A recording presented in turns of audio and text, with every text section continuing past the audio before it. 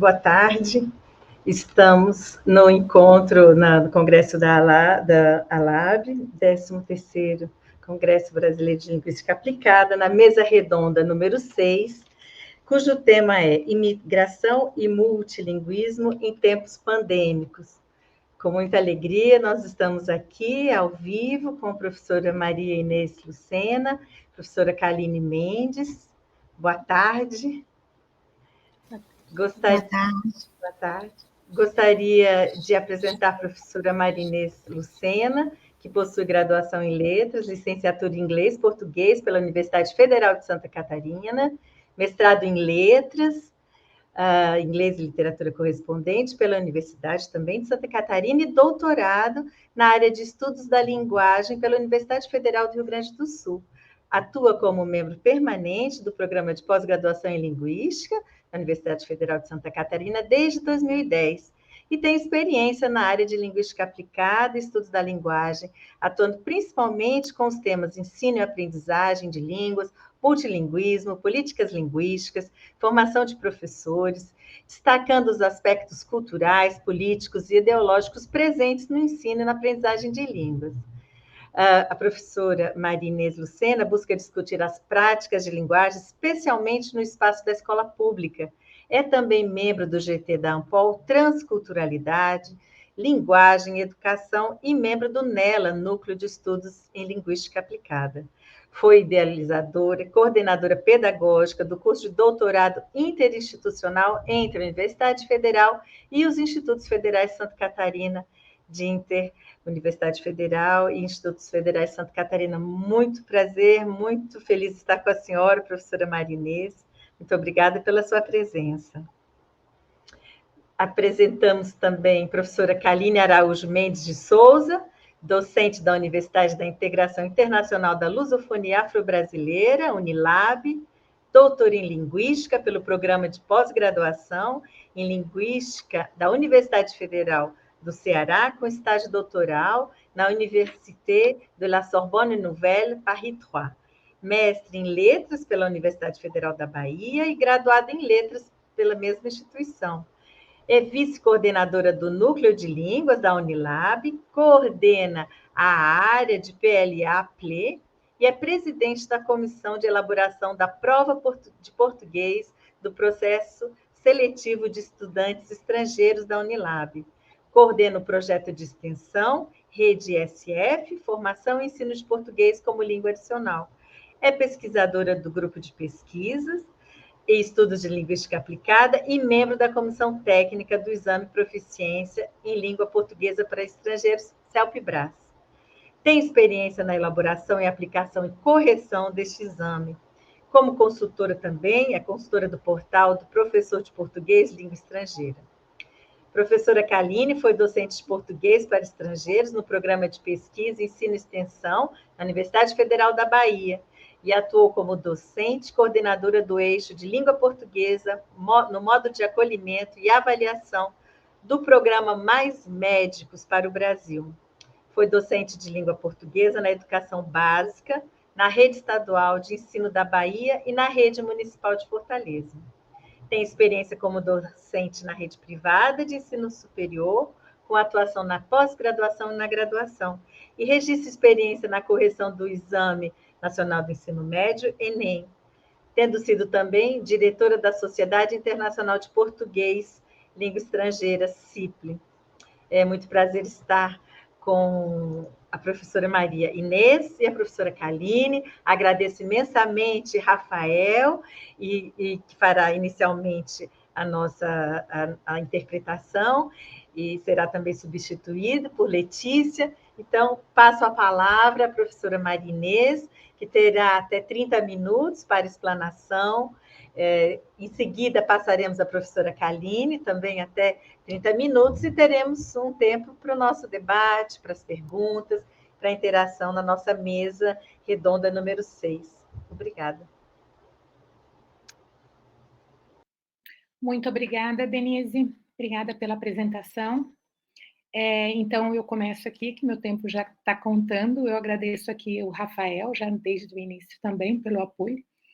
Então, E também agradeço o convite e a confiança da diretoria da ALAB. Agradeço a oportunidade de conhecer mais de perto, agora, hoje, a colega Kaline, e é um prazer dividir a bancada, né, com vocês, Kaline e Denise. A minha fala hoje é intitulada Imigração e Multilinguismo em Tempos Pandêmicos, Ideologias de Linguagem e Desafios para a Formação de Professores. E aqui eu trago reflexões, uma discussão ainda também de um estudo em andamento, feitas a partir de um programa de formação de professores que eu coordeno e que teve início durante a pandemia e que ainda está em andamento. Por favor, pode passar o slide? Então, para otimizar meu tempo aqui, eu tentarei seguir um roteiro nessa sequência, apresentando para vocês o foco do estudo, o objetivo, os cenários, pressupostos teóricos e a base empírica, que são as falas de participantes desse curso de formação, e termino com breves considerações, né, que é a parte já da discussão. Por favor. Bom, o foco desse estudo, então, são as discussões envolvendo desafios educacionais relacionados ao ensino-aprendizagem de imigrantes, evidenciados em um programa de formação de professores de línguas e também de outras disciplinas, né? São discussões que envolvem aspectos relacionados à descrição e avaliação dos usos linguísticos e de práticas educacionais de alunos e alunas imigrantes no contexto escolar. Por favor. Então, os objetivos aqui é que, a partir das conversas e reflexões feitas neste programa, né, então, a gente teve como objetivo discutir como autores, professores, autores, formadores, nos termos de Schlatter e Garcês, ao assumirem o protagonismo durante a formação e refletirem sobre suas experiências, revelam como lido com o trânsito entre as culturas na rotina escolar e como essas histórias recentes de sofrimento e de esperança dos estudantes e imigrantes vão se constituindo e vão sendo discutidas nesses cenários educacionais. Então, nesse sentido, eu busco analisar as falas de participantes sobre desafios enfrentados em salas de aula de línguas, em que estudam alunos, alunas imigrantes, discutindo ideologias de linguagem subjacentes a essas falas.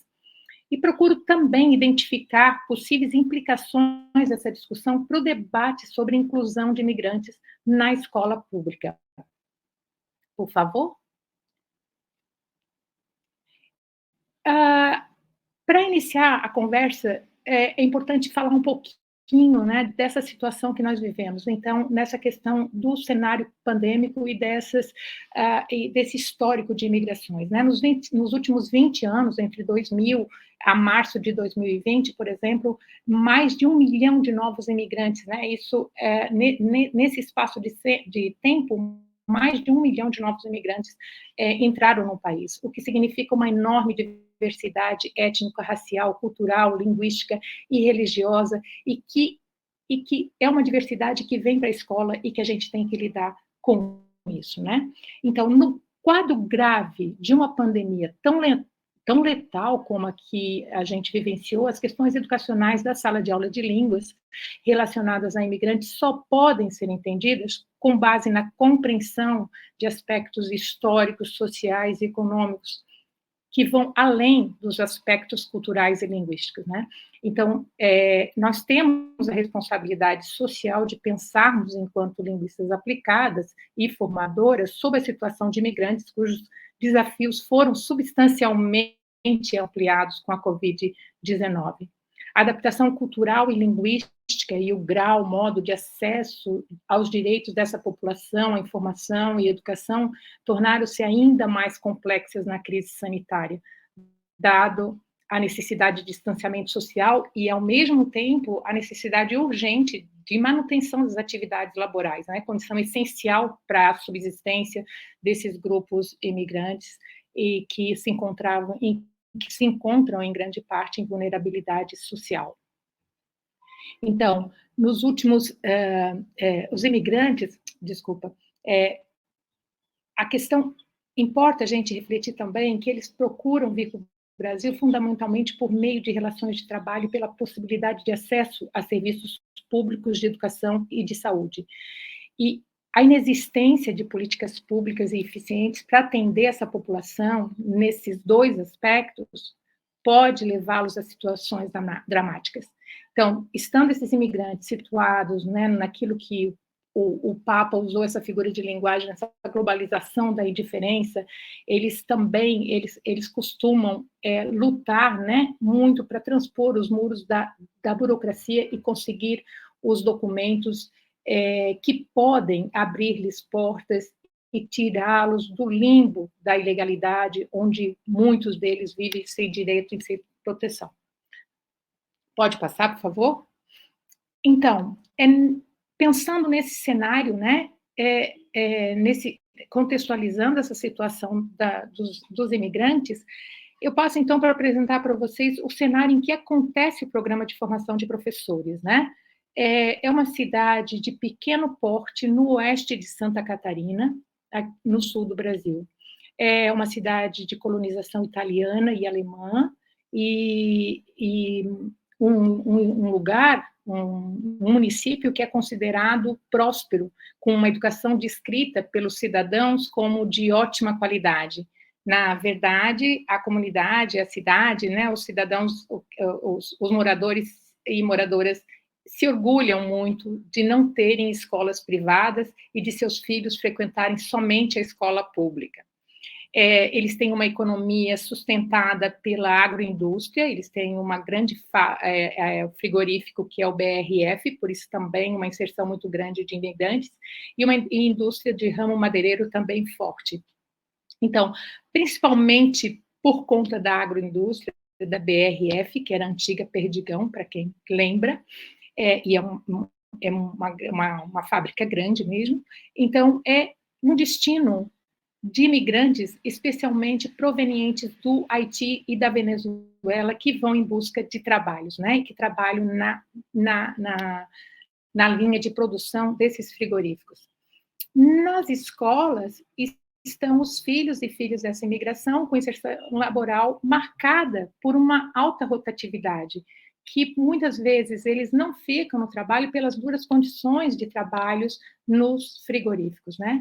Então, se a crise sanitária agravou dificuldades regionais, econômicas e sociais, nessa situação específica de trabalho, os grupos de imigrantes foram ainda mais expostos aos riscos de contaminação, seja pela proximidade em esteiras de produção ou pela falta de ventilação nas câmaras frias. Então, pode passar, por favor? Dado para a gente ficar com esse cenário em mente, né, é que eu trago, então, a base empírica na qual se apoia esse trabalho, que é formada de notas e observações provenientes da minha participação nesse programa de formação de professores, proposto pela Rede Municipal de Educação desta cidade, desenvolvido em 2021 e que tem continuidade agora em 2022. Nesse programa, eu participo como formadora universitária, e as falas que eu trago aqui vão ser utilizadas para ilustrar a discussão e foram enunciadas durante os encontros de formação e em outras interações informais entre formadores e professores, formadores, autores. Importa aqui, por favor, pode passar o slide? Pode passar o slide, por favor? Ah, não, desculpa. Volte, por favor, desculpe. Importa, então, eu falar para vocês rapidamente sobre esses termos que eu estou usando, de professores, autores, formadores. Eu uso esse termo alinhada com Garcês e Schlatter, que utilizam, né, o termo para definir professores em formação. Então, Garcês e Schlatter, eles explicam, né, que ao colocar no horizonte imediato da nossa atividade de formação de professores o desenvolvimento de sujeitos autores, queremos nos referir a professores como cidadãos que podem participar e interferir de modo responsável e ético na vida em sociedade e na formação de cidadãos, sua tarefa precípua. E também como formadora universitária, que também usa essa denominação alinhada com Garcês e Schlatter, que define formadora universitária como aquela que tem a tarefa de articular o que se observa na prática autoral de professores autores e promover oportunidades para que eles se encontrem, manifestem suas produções autorais coletivamente e registrem suas experiências. Bom, eu trago essa para vocês entenderem de que forma que a gente pensa esse curso de formação e como que essas informações e como que essas conversas com esses professores importam para a gente pensar essas realidades, né, escolares e os desafios cotidianos que eles enfrentam para lidar com imigrantes e com outros alunos na escola. Por favor, pode passar? Os pressupostos teóricos, então, nos quais eu me baseio, eles são debates, né, que estão inseridos na linguística aplicada e que envolvem educação de línguas, ideologias de linguagem, escola e comunidades migrantes multilingües. São estudos sobre o papel das ideologias de linguagem na reprodução das desigualdades sociais, linguísticas e educacionais, estudos sobre o caráter plural em práticas de linguagem e no trabalho pedagógico de professoras, alunas, de toda a comunidade escolar, na tentativa de pensar e refletir, buscando um afastamento de representações simplificadas de imigrantes e de grupos minoritarizados. E também me baseei em estudos sobre formação de professores de língua. Por favor. Rapidamente, eu vou falar de ideologia de linguagem. Então, a ideologia de linguagem é um conceito que tem muitas definições na literatura, e eu também me baseei em outros autores, mas trago aqui para vocês, para esse trabalho, importa a definição de Irving, que é sistema que define, né, ideologia de linguagem como sistema cultural de ideias sobre relações linguísticas e sociais, carregado de interesses morais e políticos, né? Então, é esse sistema cultural de ideias que nos ajudam a entender como as lógicas excludentes são estruturadas dentro de uma economia política cujas ideologias seculares formam e movem as instituições. Por favor. Eu trago a base empírica, que são as falas de professores, né? Eu não sei se eu vou ter tempo para ler todas, mas essas falas, elas representam, eu categorizei, na verdade, colocando aqui os títulos nos contextos em que as professoras e professores falavam, né? Então, como, por exemplo, em relação à interculturalidade, eles requerem muito essa necessidade de discutir sobre o ensino de língua na perspectiva da interação, da língua viva, da língua que acompanha as mudanças na sociedade. Isso nos cursos, durante a formação, né? Eles também fazem muitas... tentam trazer os desafios de como lidar com os alunos e alunas imigrantes que entram de acordo com a fala deles, sem estar alfabetizado em português, como é o caso aqui. Poucos recursos também, eles apontam para poucos recursos para lidar com diferentes repertórios linguísticos, como é o caso dessa fala, teríamos que ter uma professora que soubesse francês acompanhando as imigrantes. Também falam que são pessoas receptivas e muito amadas, que são destaque nas turmas pela inteligência e responsabilidade, falam da adaptação, da questão da adaptação e fazem comparações. Eles encontram muita dificuldade, por exemplo, uma fala, né? Eles encontram muita dificuldade com relação a horários, principalmente quem veio do Haiti, já os que vieram da Venezuela são bastante regrados. Também apresentam preocupações com assiduidade e com recusas, como, por exemplo, né, tem essa fala, temos uma aluna no 4º ano, haitiana, que é bastante rebelde, ela não aceita comandos e, principalmente, não tem muito interesse nas aulas. Essa fala francês. Eles são bem resistentes. Ela, a aluna, se referindo a uma aluna do Haiti, né, a professora diz, demonstrava aversão em relação a alguns alunos, e o mesmo acontecia com a turma. A turma deixava de lado. Quando começou a se enturmar, foi embora. Bom, então, esses são... Aqui eu descrevo o que eles falam, né? Então, eu passo agora, por favor, pode passar para o outro. Essa era mais outras falas deles, né, que era o que eu estava falando agora, sobre adaptação e comparações e preocupações com assiduidade e com recusas. E agora a gente vai para o outro slide, por favor. Então, a partir dessa descrição de falas, né, que eu mostrei acima, eu separei, categorizei em duas categorias, né? Uma em relação que são pensando nas discussões e avaliações sobre déficit linguístico, cultural e emocional, e também discussões e avaliações sobre o comportamento dos alunos e imigrantes. Então, essas discussões, né, sobre avaliações sobre déficit linguístico, cultural e educacional, e avaliações sobre o comportamento de alunos e imigrantes, eu contrastei com as discussões e avaliações sobre a necessidade de fortalecer a diversidade, que também é uma preocupação muito presente na escola, né? Então, por favor. Então, vejam que, pensando na interculturalidade, as orientações e ações pedagógicas que visam a diversidade linguística e cultural vislumbrada pelos participantes esbarram em limites sociais e linguísticos, como eu vou mostrar a seguir. Padrões estabelecidos da língua dominante e as perspectivas racionalistas e hegemônicas dificultam esse falar da vida viva que as professoras tanto requerem e geram fenômenos excludentes em que a linguagem tem um papel central, como a gente vai ver nas discussões a seguir, por favor.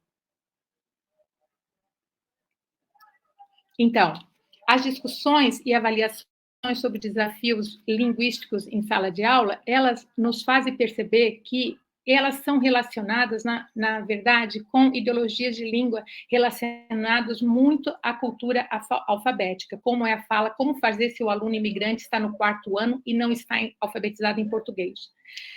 Também estão relacionadas, essas avaliações sobre desafios linguísticos, estão relacionadas com a ideologia monolíngue, né? Como é o caso quando ela diz teríamos que ter uma professora que soubesse francês acompanhando imigrantes.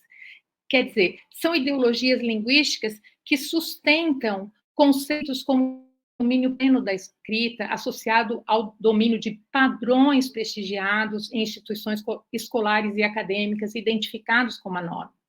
São ideologias de purismo linguístico que sustentam abordagens didáticas em que somente uma língua ou uma cultura em particular conta. Deslocamento de perspectiva, né, com essas ideologias postas, há um deslocamento de perspectivas de ensino e aprendizagem de línguas que podem envolver diversas variedades de línguas e culturas. Pode passar, por favor? A gente, explorando e refletindo também sobre essas falas, a gente encontra também, percebe a presença de ideologias de racialização, né? Como é nesse sentido nessa fala, quando eles dizem, eles encontraram muita dificuldade com relação aos horários, principalmente quem veio do Haiti, já os que vieram da Venezuela são bastante regrados. Então, mesmo que eles apresentem isso, né, com uma preocupação sobre esses comportamentos, o que está subjacente a isso é que aqui há um reforço para outros estudos que já mostram que imigrantes brancos sofrem menos violência racial e como os processos migratórios expõem as preferências entre os migrantes desejados e indesejados. Também o Windle e Muniz, eles mostram em um estudo de 2018 que com estudantes de PIBID, que ao refletirem sobre essa situação de imigrantes, em suas narrativas eles apontam como os imigrantes provenientes da Síria são descritos como mais bem educados do que imigrantes provenientes do Haiti.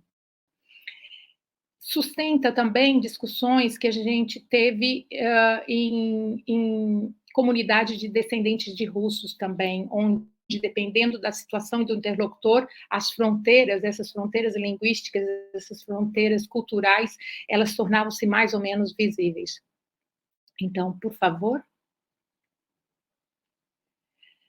O que a gente precisa pensar, talvez, e refletir um pouco mais ainda nos cursos de formação é que a ideologia de harmonização de raça e de que o Brasil, e a ideia de que no Brasil nós somos todos iguais, talvez ela apague, né, como nos alerta Lilian Schwartz e também o Wendell e Muniz em trabalhos sobre racialização. Então, eles apagam esses, deixam de apagam o próprio problema da racialização, né?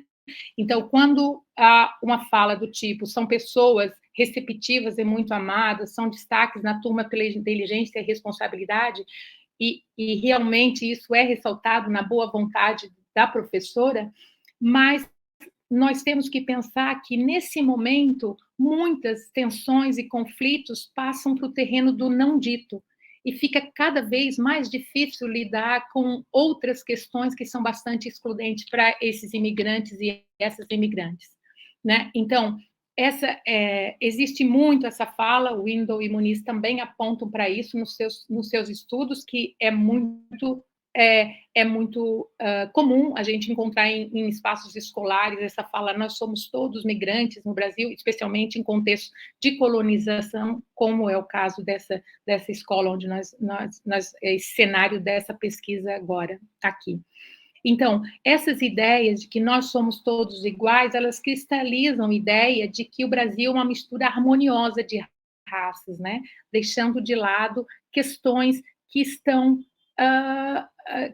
que ficam quase que ficam debaixo do tapete e que precisam ser consideradas, né? Então, por favor. Além disso, eu estou quase acabando meu tempo, não é isso? Quanto eu tenho? Bom, também as ideologias de padronização, né, que a gente pode apontar, e de senso comum de uma cultura padrão, quando a gente tem falas do tipo, eles são bem resistentes, que é uma aluna que é bastante rebelde, haitiana, ela não aceita comandos, né? Aqui, nesse caso, importa, talvez, analisar, interpretar, né, como a gente tem apontado em estudos anteriores, em relação à educação indígena, eu e meu colega Carlos Guerola, a gente aponta como a necessidade de analisar e interpretar como as pessoas fazem cultura no âmago desses processos de exclusão, no intuito de subvertê-los. Ou seja, como fazem com que seus interesses e objetivos prevaleçam sobre aqueles objetivos e interesses que grupos de poder e instituições exógenos buscam impor a eles ou a elas, né? Então, é preciso pensar o ensino de língua, por favor, pode ir passando, que eu já estou indo para minhas considerações finais. É preciso pensar o ensino de línguas a partir das difíceis trajetórias desses estudantes imigrantes e de suas famílias. Importa refletir que, inseridos no espaço transnacional Sul-Sul, trabalhando para a produtiva atividade agropecuária, elas representam a periferia do capitalismo global. Importa refletir que imigrantes vivem em meio a dinâmicas socioeconômicas que os colocam em vulnerabilidade. Alunos e alunas convivem com a dura realidade que seus familiares precisam submeter-se muitas vezes a condições de trabalho análogos à escravidão. A rotatividade nos empregos causa a rotatividade na escola e contribui para a não permanente de estudantes em escolas, né? Por isso, talvez, às vezes, a rebeldia.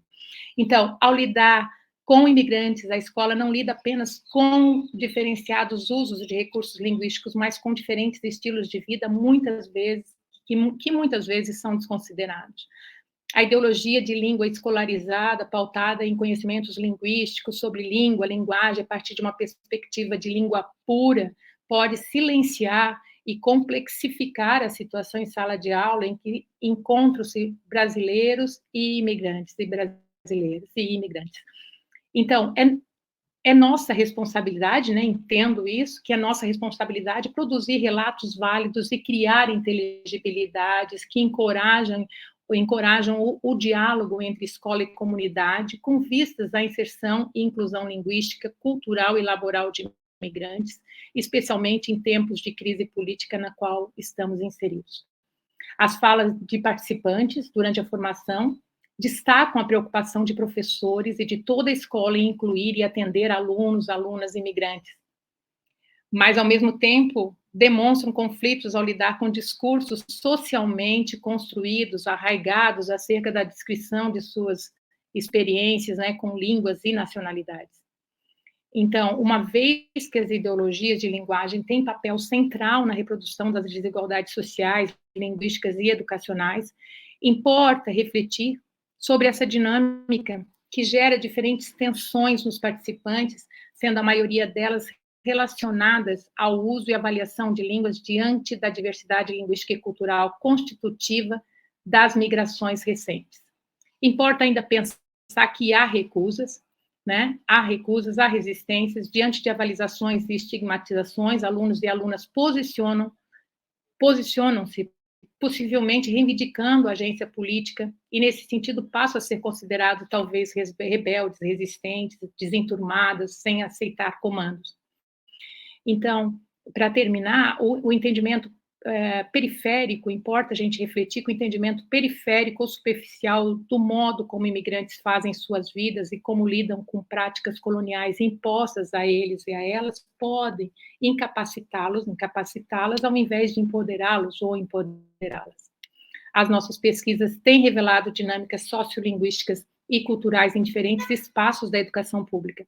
Nesses espaços, imigrantes provenientes de países que fazem parte da periferia do capitalismo apresentam um movimento de resistência ao qual devemos estar atentos para uma possível abertura ao multilinguismo e interculturalidade. Penso que a compreensão dessas dinâmicas pode contribuir para promover a inclusão de imigrantes e descendentes de imigrantes na escola pública, especialmente diante das duras consequências trazidas pela pandemia. Talvez a principal alteração consistente a ser considerada reside na distribuição hierarquizada das línguas socialmente nomeadas e na legitimação das práticas culturais.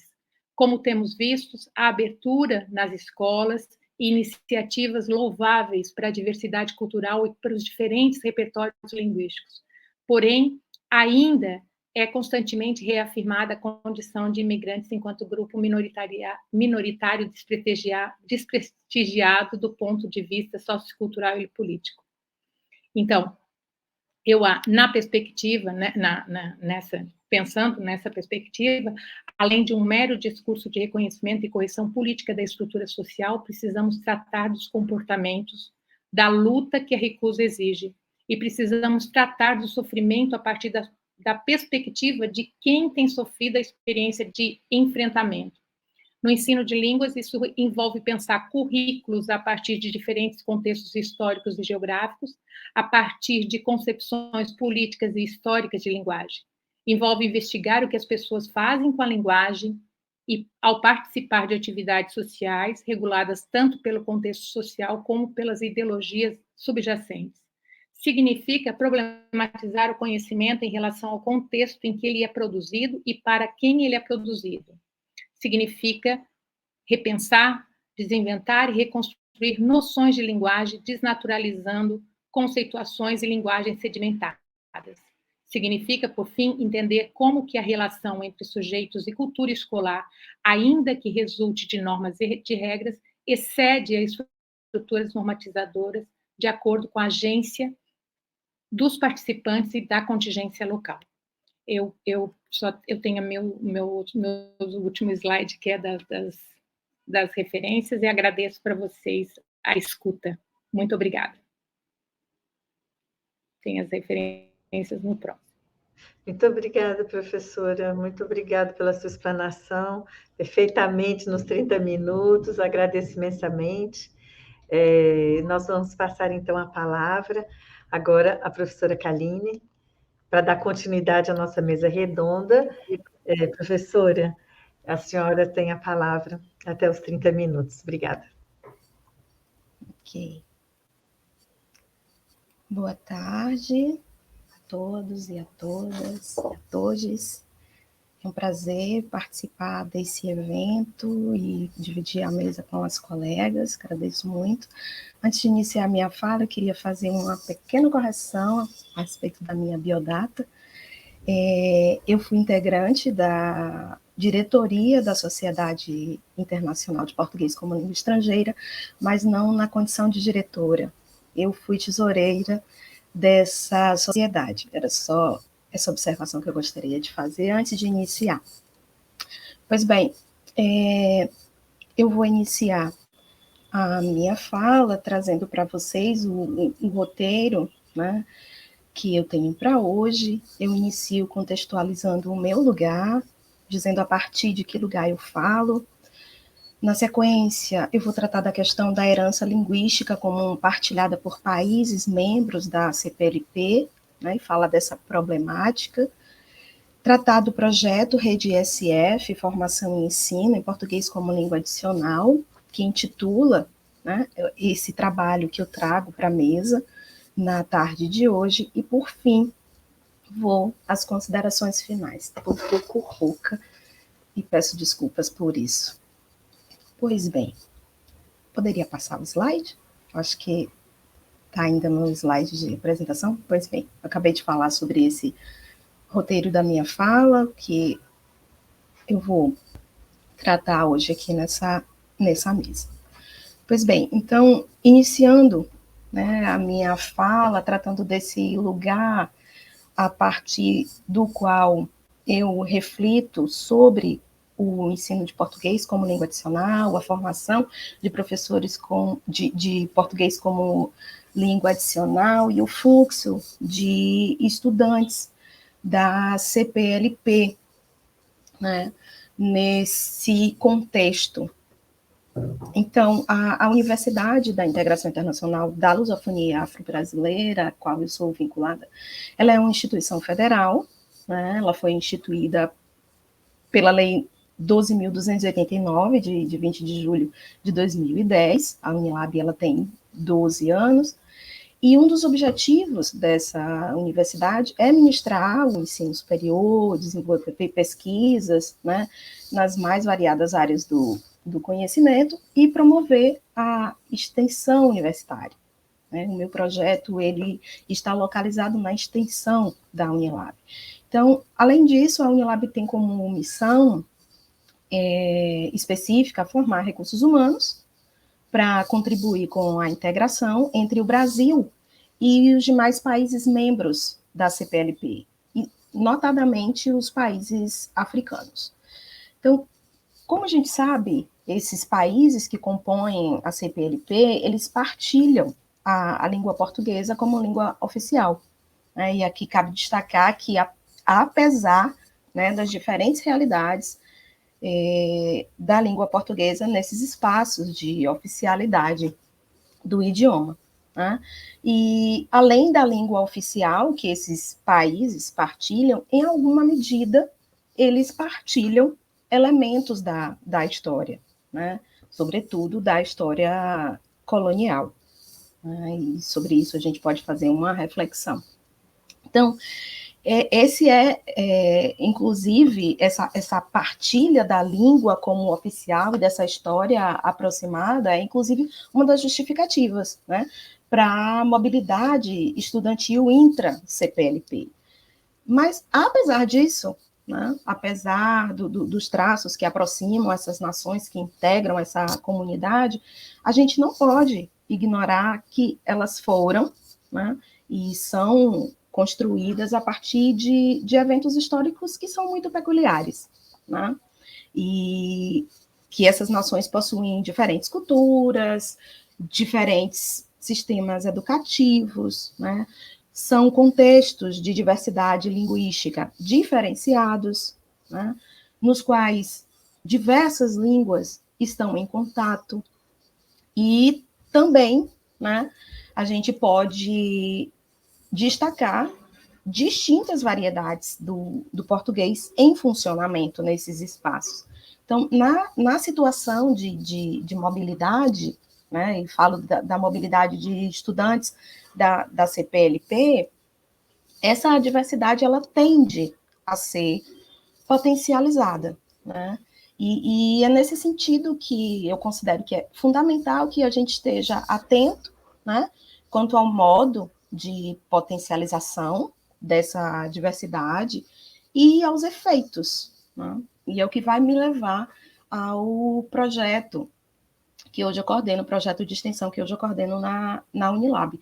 A Unilab, ela está localizada no interior brasileiro, né? Nós temos 2 campi, né? Um campi na sede, que é no Ceará, nas cidades de Redenção e Acarape, e um campus fora de sede, que está em São Francisco do Conde, na Bahia, né?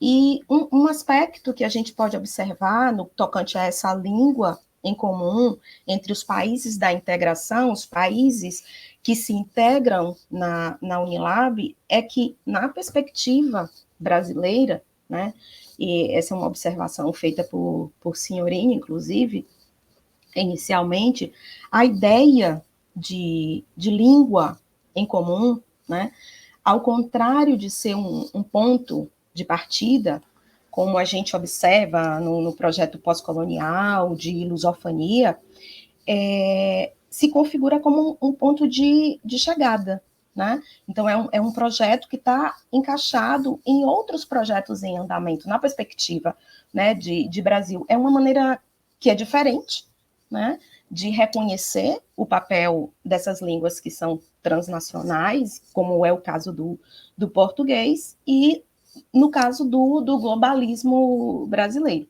E aí, nesse sentido, né, ainda também na perspectiva que a senhorinha nos traz, essa perspectiva, ela não se alinha à retórica pós-colonial da lusofonia, né, como um espaço do discurso da afetividade, das representações identitárias que são convergentes, né, em função dessa herança, né, que nós temos em comum.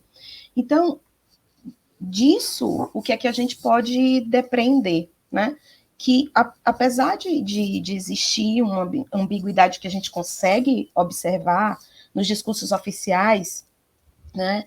E aí nos discursos oficiais brasileiros e não oficiais também, no âmbito do governo brasileiro e da própria CPLP, no caso, a experiência brasileira, o posicionamento brasileiro, ele ressalta justamente a diferença, né?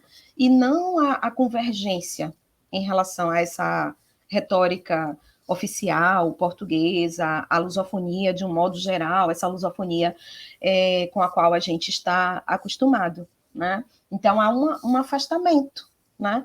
Então, dessa referência de filiação monolíngue, monocultural em sua origem, né, que é observada nessa tradição lusófona, né, idealizada nessa lusofonia portuguesa, né, dessa mãe pátria única, dessa língua, né, que não varia, que é centralizada, que não considera o português como uma língua pluricêntrica e as tensões todas que estão aí em torno dessa questão, né?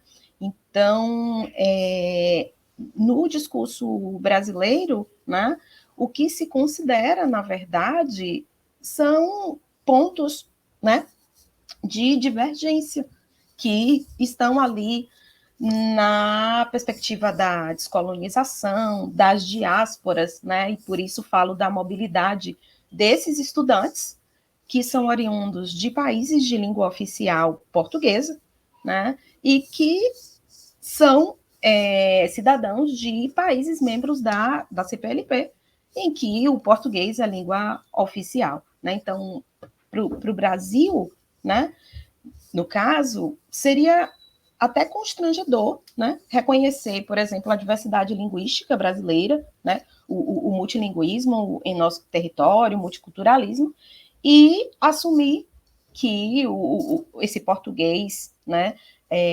transnacional que temos, ele é marcado por uma unicidade, né, como a gente observa nessa lusofonia a portuguesa, né?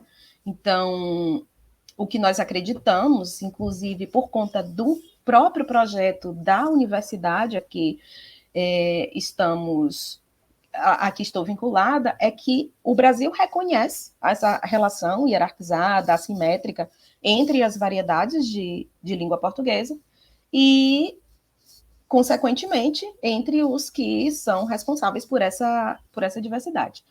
Eu sou docente da Unilab desde 2016 e, nos últimos anos, eu escutei muitos relatos sobre a experiência de estudantes internacionais com a língua portuguesa, no âmbito acadêmico e fora dele, e em seus países de origem, né?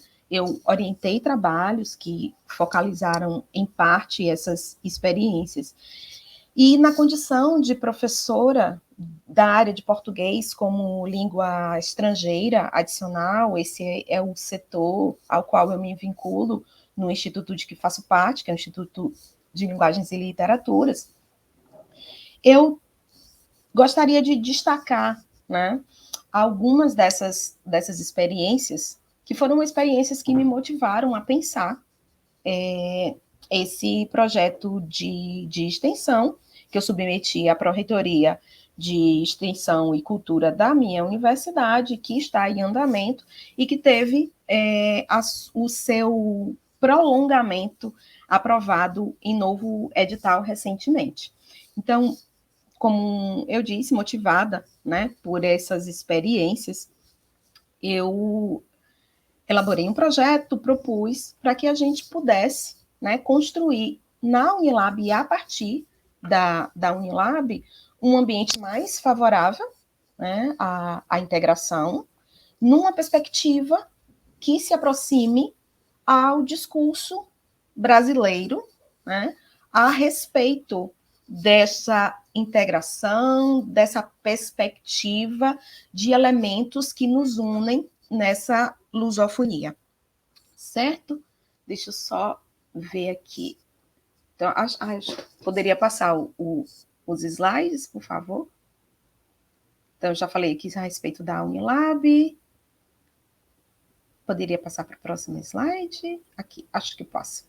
Pois bem, então, nós temos aqui como destaque, deixa eu só voltar aqui. Opa! Então, eu falo desses eventos motivadores, eu destaco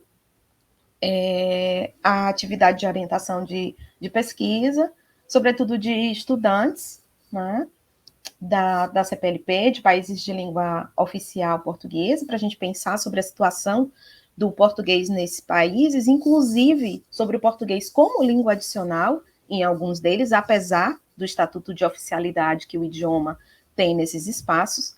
E um outro evento que eu destaco é a oferta de cursos de português como língua adicional no núcleo de línguas da Unilab. Além de ser professora do setor de português como língua estrangeira adicional, eu coordeno a área de português como língua adicional no núcleo de línguas.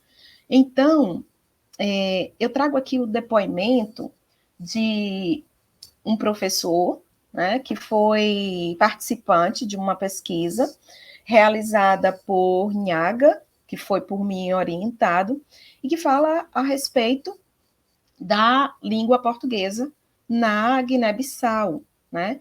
Ele foi instado a falar a respeito dessa situação, né, a partir da pergunta seguinte: como você descreveria o cenário de ensino de língua portuguesa na Guiné-Bissau, né?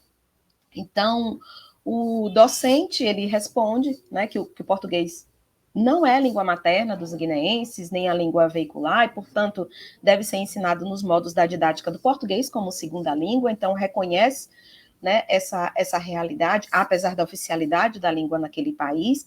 E, como se sabe, o método que se usa no ensino de português como língua segunda é manifestamente diferente daquele usado na didática de português como língua primeira, né?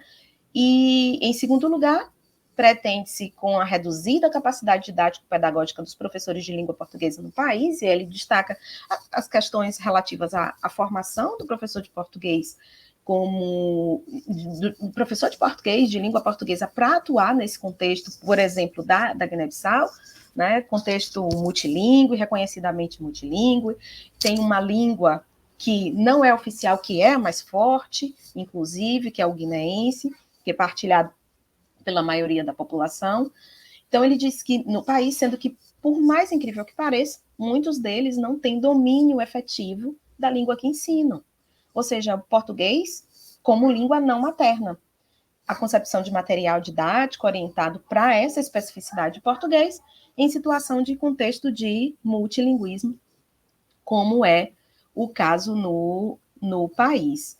Então, o que a gente pode observar nesse trecho em destaque, o que a gente pode evidenciar, é que esse professor, esse participante, ele faz referência ao Real Estatuto da Língua Portuguesa, na Guiné-Bissau, e, em alguma medida, também a gente percebe nesse depoimento uma posição que nega a noção de língua como uma herança comum, né, dessa lusofonia portuguesa, a respeito da qual eu falei no início, que não prevê, né, ao contrário da posição brasileira, a divergência, né, a diversidade. Pois bem, sigamos aqui. Eu trago também um outro elemento que eu chamo de motivador, né? Um evento motivador para a proposta do projeto, que é a oferta de cursos de português como língua adicional no núcleo de línguas da Unilab. Então, como eu disse, nós recebemos na Unilab estudantes de países de língua oficial portuguesa. Mas nem sempre se sabe, nem sempre se reconhece que a realidade da língua portuguesa é distinta nesses países que a têm como oficial. Então, nós fazemos ofertas na Unilab, em português como língua primeira, e também, a partir do núcleo de línguas, de cursos de português como língua adicional. Porque para parte dos nossos estudantes, oriundos de países de língua oficial portuguesa, a língua portuguesa é uma língua adicional. Então,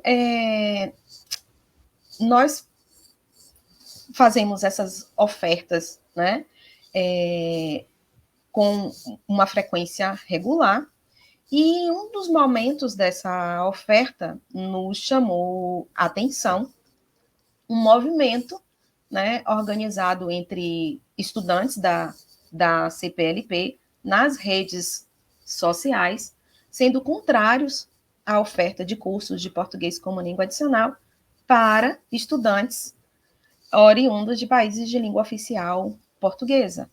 Então, os cursos ofertados são cursos que reconhecem, né, partem exatamente dessa noção e reconhecem o caráter pluricêntrico da língua portuguesa e a necessidade de ampliação de diálogo entre as variedades do idioma que circulam na Unilab, mas parte desses estudantes fez uma leitura diferente, né, da oferta. Para parte deles, a oferta soou como ofensiva, como discriminatória, como xenofóbica. Então, a partir desses eventos, né, os eventos de pesquisa, o que a gente observa sobre a necessidade de sensibilização a respeito do português como língua adicional no nosso contexto, né, contexto de ensino de português, no processo de mobilidade de estudantes da CPLP, e na oferta de cursos, nós pensamos em elaborar um projeto que pudesse, né, a considerar o perfil da Unilab e os seus planos de internacionalização e interiorização, que visam justamente o fortalecimento, né, do intercâmbio entre os participantes, né, desse espaço.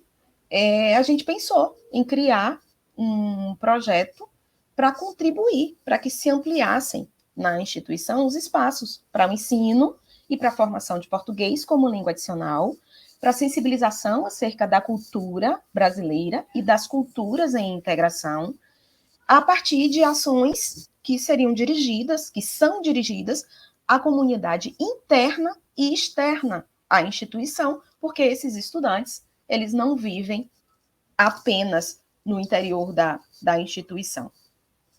Pois bem, sigamos aqui. Então, eu sou uma professora credenciada à rede ISF, né, a rede Andifes ISF. O nosso núcleo de línguas é um núcleo credenciado junto a essa rede, e a partir daí, né, a partir dessa rede que é composta por adesão de especialistas nacionais e internacionais que têm a proposta de contribuir com ações de apoio linguístico à internacionalização das universidades credenciadas e que têm oferta de idiomas, né, de cursos de idiomas estrangeiros, alemão, espanhol, francês, inglês, italiano, japonês e português para estrangeiros. Nós propusemos, né, como disse, com base numa proposta da própria rede Andifes ISF, o projeto, né, intitulado Rede ISF, Ensino e Formação e Ensino em Português como língua adicional. Então, só reforçando, o objetivo desse projeto é justamente contribuir para que se ampliem na instituição os espaços para o ensino e a formação de português como língua adicional e para a sensibilização, né, acerca da cultura brasileira e das culturas em integração. O nosso público-alvo, né, também como eu já disse, é o público interno, né, a Unilab, são estudantes nacionais e internacionais, matriculados em cursos de graduação, pós-graduação, professores nacionais e internacionais, técnicos administrativos, né, e quando houver também terceirizados, né. O público externo, pessoas nacionais e internacionais com o equivalente ao ensino médio brasileiro completo, né.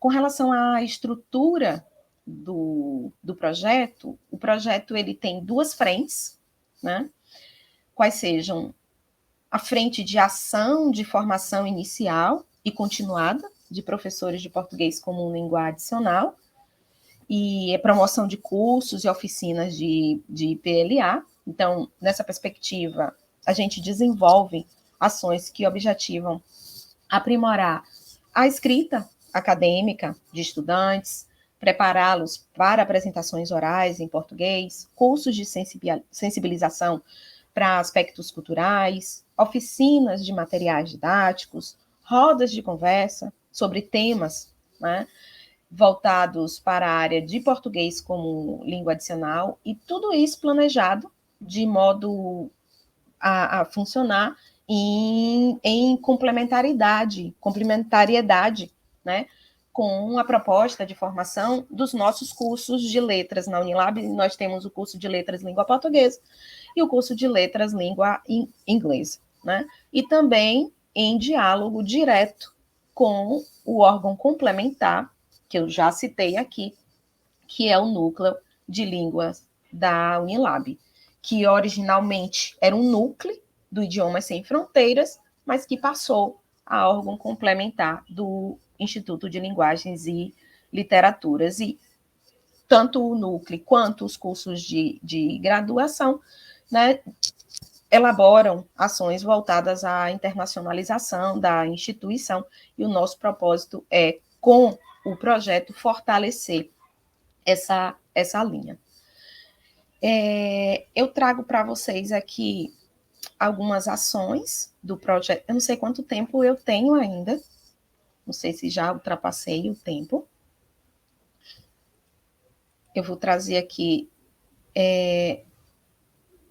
falar para vocês sobre as ações do projeto, só um instante. Vou falar sobre as ações do projeto, né, que, como eu disse, está em execução. Nós temos o curso... perto de 6 minutos. Nós temos o curso de conversação em português como língua adicional, língua, cultura e integração. O curso preparatório para o exame CELP-BRAS, né? Nós fizemos dentro do projeto a proposta para esse curso, mas ele não entrou em execução por razões que estão relacionados ao próprio lançamento do edital do CELPE-BRAS pelo INEP. Então, nós suspendemos essa ação. Depois nós temos o ciclo de rodas de conversa, né? E que coloca o português como língua adicional em debate, e o curso preparatório de português para o processo seletivo de estudantes estrangeiros, atualmente de estudantes internacionais. O novo edital traz essa nomenclatura da Unilab, né? Nós temos um processo seletivo próprio, né, para a entrada de estudantes internacionais. Na Unilab, os estudantes nacionais entram com base no Enem, e os estudantes internacionais são selecionados a partir da realização, né, desse processo próprio, né, que é elaborado por nós. Então, nós temos aí um curso preparatório de português para o PSEE, e, obviamente, levando em conta o português como língua primeira, né, para parte desses estudantes, e o português como língua adicional para outra parte deles. Eu trago aqui algumas imagens da execução, né, do projeto. Nós realizamos, são imagens das rodas de conversa, e nós tivemos uma adesão bastante interessante, a participação de estudantes internacionais, estudantes nacionais, estudantes de letras, né, tanto da Unilab quanto de outras instituições brasileiras e internacionais, de estudantes internacionais que não estão ainda aqui na Unilab. E as rodas de conversa, elas funcionam da seguinte maneira: nós convidamos especialistas da área de português como língua adicional para falar a respeito da área, para compartilhar a experiência e colaborar com a formação, né, desses estudantes. Então, nós iniciamos com o tratamento do português como língua adicional, né, para sensibilizar as pessoas a respeito do que é essa categoria, né, de língua portuguesa. Depois nós tratamos do exame CELPE-BRAS, que é uma importante política linguística do governo brasileiro em relação à língua portuguesa. Então, nós tivemos como convidada a professora Juliana Schoffen. Deixa eu só voltar aqui, a respeito da primeira roda. Ela foi realizada com a participação da professora Gislaine Carvalho, que é minha colega de setor de português como língua estrangeira na Unilab, minha companheira de setor, e por mim. Depois, nós tivemos a professora Juliana Schoffen como convidada para tratar do CELPE-BRAS. A professora Juliana Schoffen tem larga experiência com o CELPE-BRAS. Em seguida, nós tivemos a professora Laura Ferreira, né, que é professora da Unila e que tratou de sua experiência como leitora, né, que é uma outra política de difusão da língua portuguesa, que parte, né, do MRE, e ela nos falou a respeito dessa sua experiência. E tivemos a participação da professora Eulália Lorcan, que é docente da Universidade Federal do Ceará e que trabalha, né, no sentido da formação também de professores de português como língua adicional. Certo? Eu acho que o tempo já está terminando, né? Eu vou, então, aqui para as minhas considerações, né? Serão rápidas, né? Então, como eu disse no início, né, nós trabalhamos aqui na Unilab com a mobilidade de estudantes da CPLP, né? Ensinamos o português como língua primeira, né, e como língua adicional, e nós sentimos que havia necessidade de se trabalhar nesse espaço a sensibilização para essa realidade que é distinta, que é diversa, né, da língua portuguesa, né, chamar a atenção para esse caráter pluricêntrico da língua portuguesa nesses espaços e tratar da formação em português como língua adicional com a comunidade unilabiana e a comunidade que vai além, né, dos muros da Unilab. Por isso, nós delineamos esse projeto.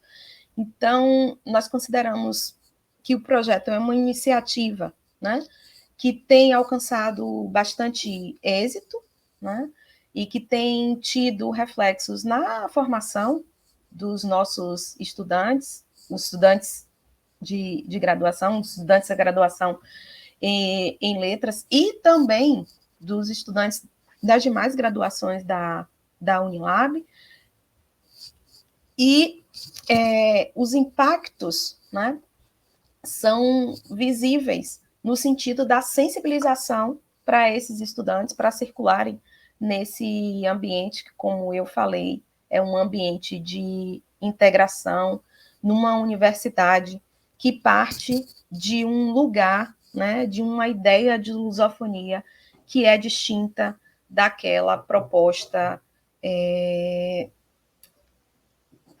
daquela a portuguesa, né? Que não considera essas divergências, as assimetrias e as tensões que podem se estabelecer, apesar de termos essa herança em comum, que é essa língua portuguesa. Então,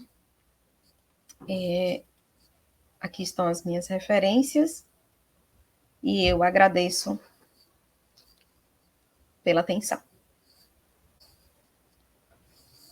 Obrigada, professora Kaline Mendes. Obrigada imensamente por sua fala, por tudo que a senhora trouxe aqui para nós. Convido, então, a professora Marinês, professora Kaline, nós temos manifestações no chat, agradecimentos e perguntas. Então, nós temos aqui 3 perguntas, indagações para motivar esse diálogo, e eu gostaria de trazer uma questão da professora Glenda Cristina. Ela diz o seguinte: obrigada, professoras, obrigada pelas falas importantes de vocês.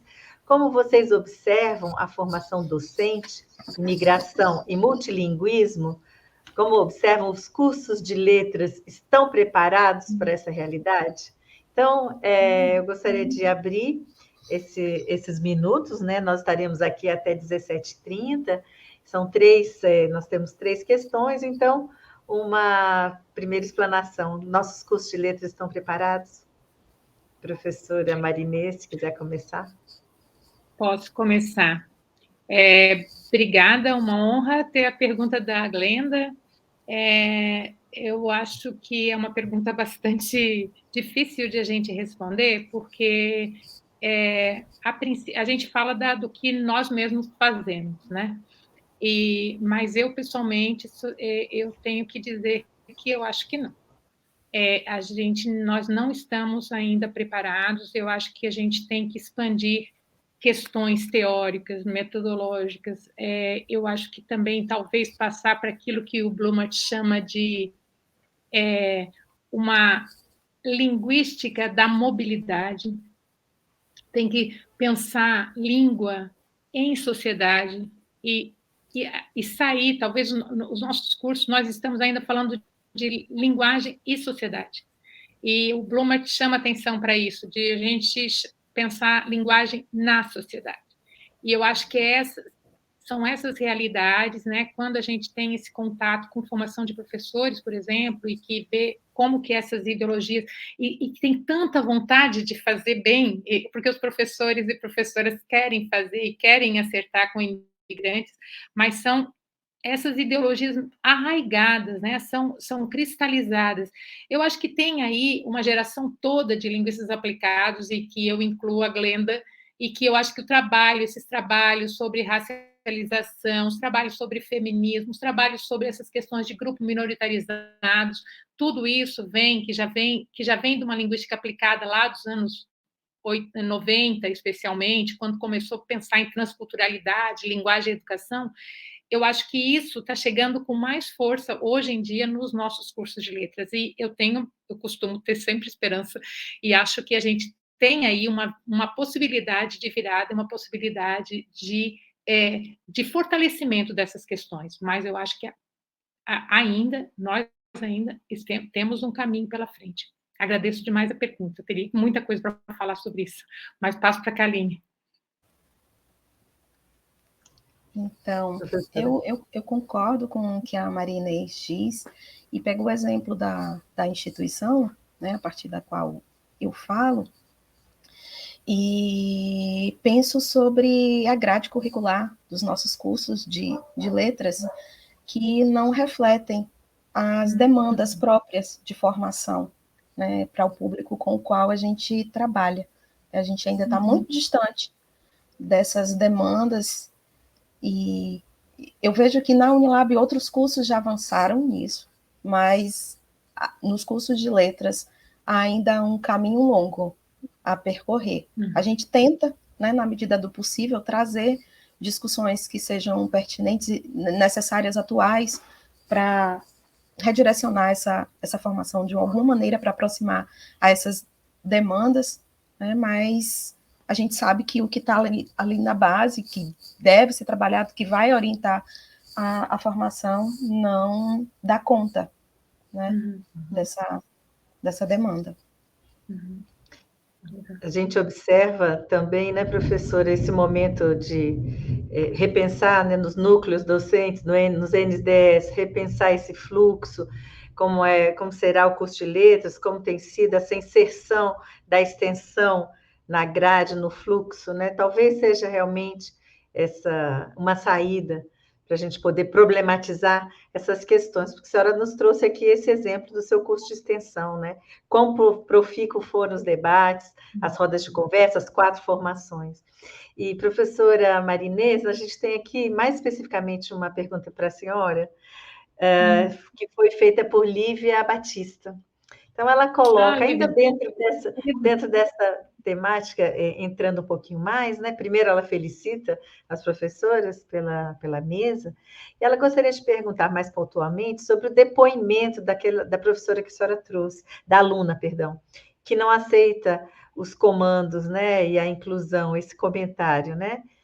Houve alguma problematização junto aos professores sobre esses posicionamentos, sobre esse fato? Primeiro, agradeço, estou muito honrada aqui com as presenças e com essas perguntas aí de gente que a gente admira tanto. Então, Lívia, obrigada pela pergunta. Como eu disse, né, na fala, esse projeto ele está em andamento, esse estudo está em andamento. Nós não tivemos ainda essa devolutiva. Nós estamos agora terminando esse ano com os encontros, e a ideia é realmente pegar esse conglomerado de questões e de falas e conversar com as professoras, porque a gente parte daquela descrição, né? Agora eu estou incluindo porque também fiz um convite para uma professora, uma colega de português que também vai para a gente fazer essa discussão de uma forma mais ampliada, mas ainda não, né? Então, mas essas recusas são pontos de interesse bastante grande nosso de entender, até porque a gente está lidando com essa questão da obediência subversiva, né? Como a gente intitula em estudo anterior sobre educação indígena. Então, pensando o que leva a essas recusas e quais são, né, essa não participação, ou até os silenciamentos também, que a gente não trouxe ainda, mas há falas sobre os silenciamentos de imigrantes, né, e que nos importam tanto. Mas é isso, não foi dado ainda, mas espero e te deixo a par depois. Muito obrigada. Professora, e pensando nesse trabalho, nessa formação, porque a apresentação da senhora nos trouxe essa formação, né, que a senhora fez com os professores. Quando a senhora fez essa análise, houve uma questão em relação aos docentes, né, que participaram da formação. Eram docentes iniciantes, eram docentes experientes, houve uma questão geracional, foi também pensada a questão geracional desse público com quem a senhora trabalhou nessa formação? Como é que a senhora fez a formação para os docentes, né? E depois traz os depoimentos do que eles falaram, né? Do que eles têm vivenciado. grande, é um projeto de município, né? É um município bastante preocupado com a educação, vocês vejam que a questão é tão difícil, as perspectivas hegemônicas, elas estão tão arraigadas, que mesmo com um movimento tão favorável a uma educação mais inclusiva, com uma educação voltada para a diversidade, para a pluralidade, eles ainda encontram, né, esses tipos de ideias, de pensamentos que são cristalizados. Mas, voltando à tua pergunta, então, é todo o município, na verdade, eu coordeno o projeto todo de todas as disciplinas, mas, na verdade, me envolvo mesmo com os de línguas, né, de inglês e português.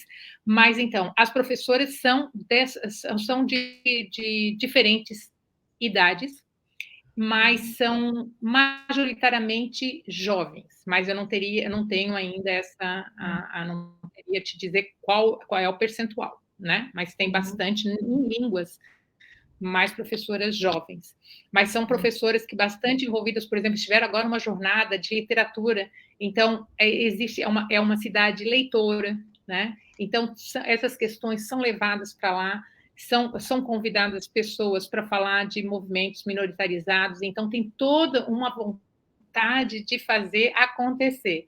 Então, eu acho bastante interessante esse cenário, porque mesmo assim a gente ainda vê como algumas questões nós ainda precisamos escrutinar e trazer um pouco a baila de uma forma mais... e por isso também, por ser um município tão aberto à educação, é que a gente tem essa possibilidade de lidar com essas questões mais que não são, que são, infelizmente, ainda um pouco deixadas à margem, né? Mas não sei se eu respondi a tua pergunta, mas... Sim, para a gente conhecer também esses professores, né? Muito... Não, com certeza, professor. Falta espaço, falta tempo para a gente fazer essa... Eu pensei, é muito difícil a gente optar o que vai claro. Apresentar aqui, né? Mas é muito interessante e agradeço a tua pergunta.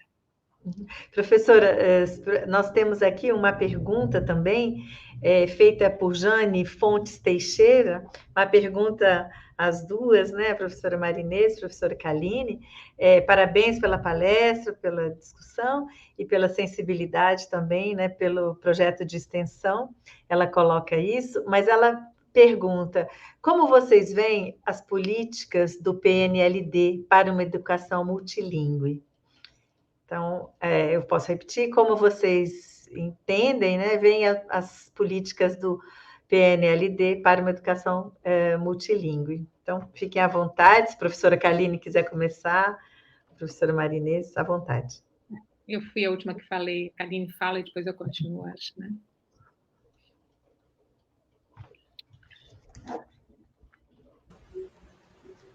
Eu acredito que a gente no PNLD, a gente tem avançado nessa discussão, inclusive no reconhecimento, né? Porque o primeiro passo é o reconhecimento, né, dessa realidade multilingüe. A gente vive no Brasil, país em que a língua portuguesa é majoritária, e a gente tende, né, a anular essa realidade de multilinguismo, né? Então, quando a gente reconhece e o que tem acontecido, né, nas políticas do PNLD, essa realidade de multilinguismo, a gente começa a avançar, né, no sentido de trazer para as nossas práticas, para a formação e para as reflexões, né, no processo de formação dos professores que vão atuar, né, nas salas de aula de línguas de um modo geral, um elemento que é tão importante, né, que não pode ser anulado, que não pode ser esquecido, deixado de lado para todo o nosso fazer, né, docente. Então, eu acho que a gente tem avançado. O reconhecimento, para mim, já é um ponto muito importante, né, dessa realidade. Concordo com a Kaline. Eu acho que tem uma questão do PNLD que é importantíssima, né, que chegou para as questões de línguas, quando chegou, né, demorou a chegar para ensino de línguas, por exemplo, né? Então, é um programa que é fantástico no Brasil. Eu defendo o livro didático em escola, trabalho muito com escola pública, e eu sei que é para um professor e também para alunos de zona rural, porque eu também trabalho com zona rural, que é receber um livro, né?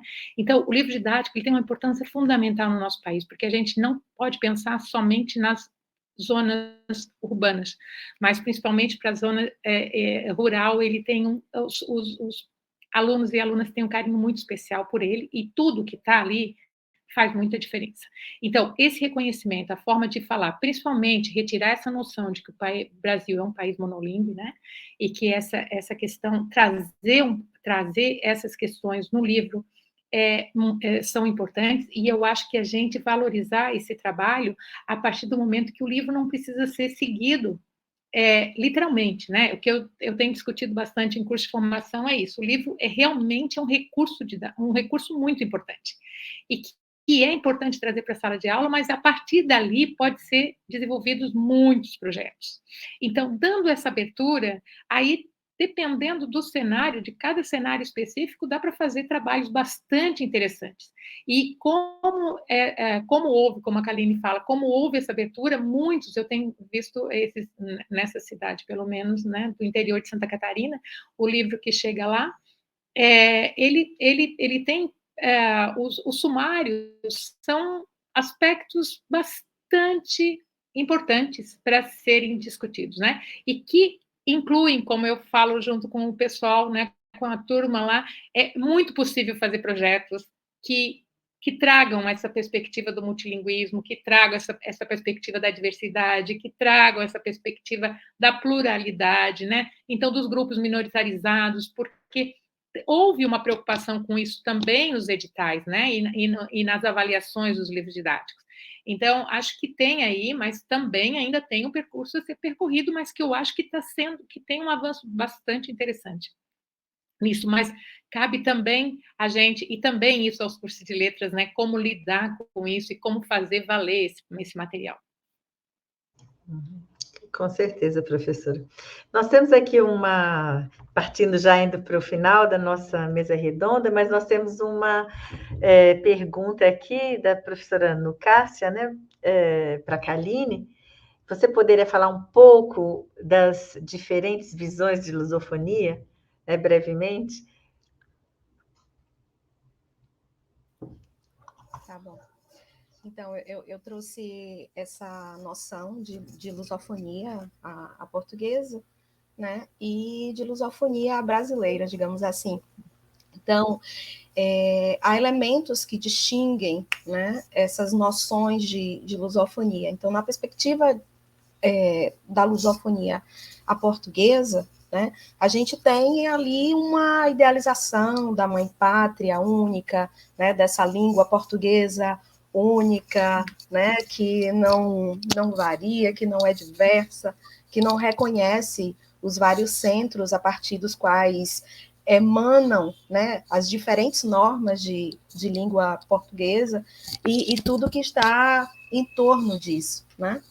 E na perspectiva brasileira, a leitura que eu faço, sobretudo pelos documentos oficiais, né, porque não há um documento oficial em que o governo brasileiro se posicione a respeito da lusofonia, né? A gente faz a leitura a partir desses documentos.